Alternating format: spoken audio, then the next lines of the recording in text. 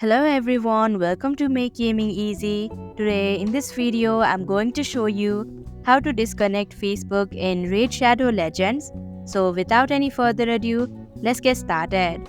First of all, click on your profile in the top left corner. As my Facebook account is already connected, in the right hand side of your screen you can see Disconnect Facebook option. Tap on it. And if you're sure, click on the Continue button.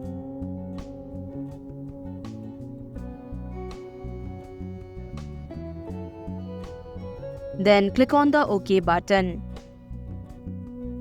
So that is how you can disconnect your Facebook account in Raid Shadow Legends. Thank you for watching Make Gaming Easy. I hope this video was helpful to you. If it was, hit the like button and comment down if you have any questions or feedback. Also, if you are new to our channel, subscribe and hit the bell icon so that you don't miss our upcoming videos.